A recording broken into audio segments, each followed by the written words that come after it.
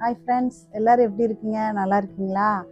இன்றைக்கி நம்ம சேனலில் ஒரு அருமையான, பெரியவங்க மட்டும் இல்லை சின்னவங்க ரொம்ப விரும்பி சாப்பிட்ற மாதிரி ஒரு அருமையான ரெசிபி தான் எடுத்துகிட்டு வந்திருக்கேன்.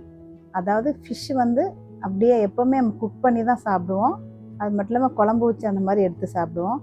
இந்த தடவை நீங்கள் ஒரு வித்தியாசமாக நம்ம எப்படி செய்யலான்னா, ஃபிஷ்ஷை வந்து வேக வச்சு கட்லெட் எப்படி செய்யலான்னு பார்க்கலாம்.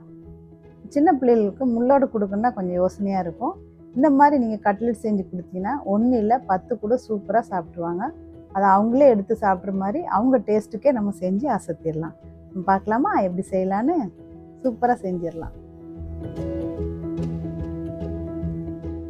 1/2 கிலோ மீன் போன் இல்லாமல் வாங்கிக்கோங்க. இது டோரி ஃபிஷ். 1 டீஸ்பூன் அளவுக்கு இஞ்சி பூண்டு, 1 டீஸ்பூனு சில்லி பவுட்ரு. நிறைய பேர் கேமராவில் சொல்லியிருந்தீங்க பவுட்ரு வந்து ரொம்ப டல்லாக தெரியுதுன்னு. இது வீட்டில் அரைச்சது, அதனால் கலர் எதுவும் சேர்த்துருக்க மாட்டாங்க. 1 ஸ்பூன் அளவுக்கு சில்லி பவுட்ரு சேர்த்துட்டேன். அதே மாதிரி 1 டீஸ்பூன் அளவுக்கு மஞ்சத்தூள் சேர்த்துக்கணும். அப்போ தான் மீனோட வாடெல்லாம் இருக்காது. நம்ம கட்லெட் சாப்பிடும் போது மெயினான ஐட்டம் உப்பு வந்து ஒரு 1/2 டீஸ்பூன் அளவுக்கு. இதை வந்து நல்லா மிக்ஸ் பண்ணிக்கலாம்.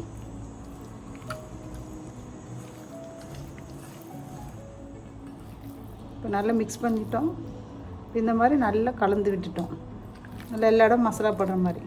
இது உடனே ஸ்டீம் பண்ணிக்கலாம். இப்போ வெந்நி வந்து சூடு பண்ணியிருக்கேன். சூடான வெந்நியில் ஒரு சட்டியில் பாத்திரத்தில் வெந்நி ஊற்றி வச்சுருக்கேன். இதில் கலவடை போட்டு ஸ்டீம் பண்ணுறது வச்சிடணும். இதை வந்து இந்த கலர் சேஞ்ச் ஆகி நல்லா வேகிற வரைக்கும் ஒரு 15-20 நிமிஷம் வேக வச்சுக்கலாம்.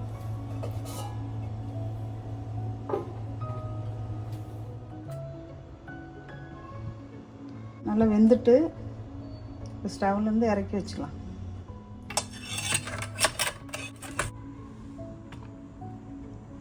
நல்லா ஆறட்டும்.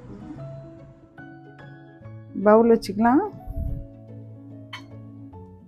1/2 கிலோ உருளைக்கிழங்கு நல்லா அவிச்சு வச்சுருக்கேன். இதை நல்லா நம்ம பிசைஞ்சிக்கணும். நல்லா உருத்தி விட்டு நல்லா பிசைஞ்சிக்கணும். பிசைஞ்ச அப்புறமா தேவையான பொருட்கள்: பிரியாணி மசாலா கொஞ்சம் 1 டீஸ்பூன் அளவுக்கு எடுத்திருக்கேன்.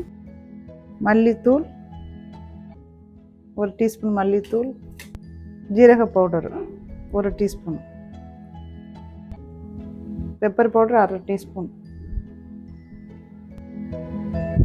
ஏற்கனவே மீனுக்கு வந்து உப்பு போட்டிருக்கோம், அதனால் உருளைக்கிழங்கு தேவையான அளவுக்கு 1/2 டீஸ்பூன் அளவுக்கு உப்பு. தூள் உப்பு போட்டுக்கோங்க, அப்போ தான் சீக்கிரம் வந்து ஆகும்.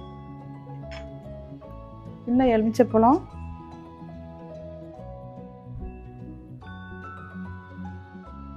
சீட்ஸ்லாம் எடுத்துக்கோங்க. சீட்ஸ் இல்லாமல் பார்த்துக்கணும். சீடு இல்லை, சும்மா சின்ன பழம். இதெல்லாம் நல்லா கலந்து விட்டுடலாம். நல்லா எல்லாம் மிக்ஸ் ஆகிற மாதிரி கலந்துக்கலாம். இப்போ நல்லா வந்து பிசைஞ்சு எடுத்துட்டோம். கொஞ்சம் கொஞ்சம் உருளைக்கிழங்கு இருந்தால் நல்லாயிருக்கும். இப்போ நம்ம அவிச்சு வச்சுருந்த மீன் பாருங்கள் நல்லா சூப்பராக வெந்துட்டு நல்லா பசுப்பமாக வந்திருக்கு. மீனெல்லாம் அது போகும். இதுக்குள்ளே சேர்ந்து லைட்டாக நான் சேர்கிற மாதிரி நல்லா கொஞ்சம் மிக்ஸ் பண்ணிக்கணும். அவங்க ரொம்ப ஈஸியாக செய்யணும். நல்லா நம்ம கலந்துட்டோம். மீன் இது நல்லா மிக்ஸ் ஆகிட்டு இதை குட்டி குட்டியாக உருண்டை பிடிச்சி கார்ன்ஃப்ளவர் மாவு வந்து கொஞ்சம் கார்ன்ஃப்ளவர் மாவு எடுத்துக்கோங்க. 2-3 ஸ்பூன் வந்து அரிசி மாவு. ரெண்டையும் நல்லா மிக்ஸ் பண்ணிக்கணும். நல்லா மிக்ஸ் பண்ணிக்கலாம்.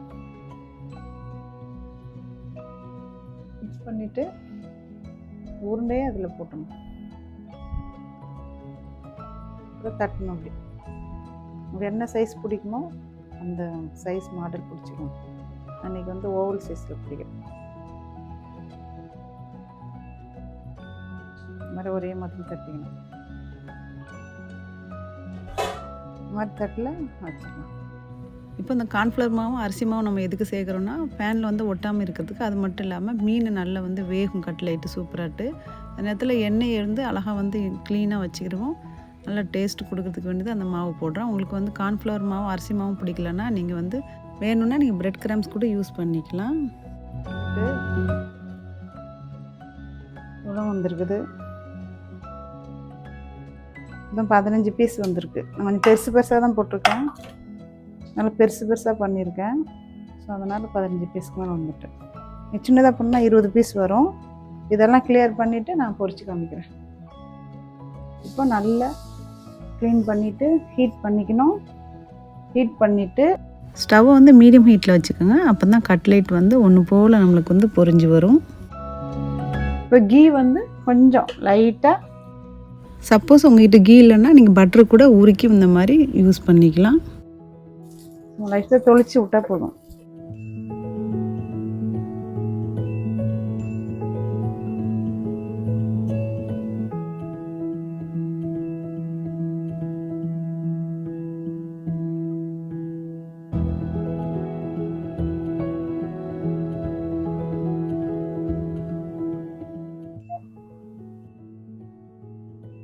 இது ஃபிஷ் கட்லெட்டோட உங்களுக்கு பிடித்தமான சாஸ் கூட வச்சு சாப்பிட்டு பாருங்கள்.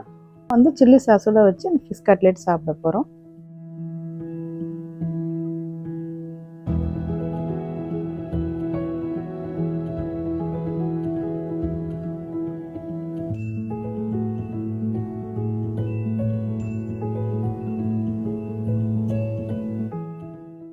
ஃப்ரெண்ட்ஸ், நீங்கள் இந்த ரெசிபி பார்த்தீங்க முழுமையாக. ரொம்ப சந்தோஷம் நீங்கள் பார்த்தது. ரெசிபி ட்ரை பண்ணிங்கன்னு நினைக்கிறேன்.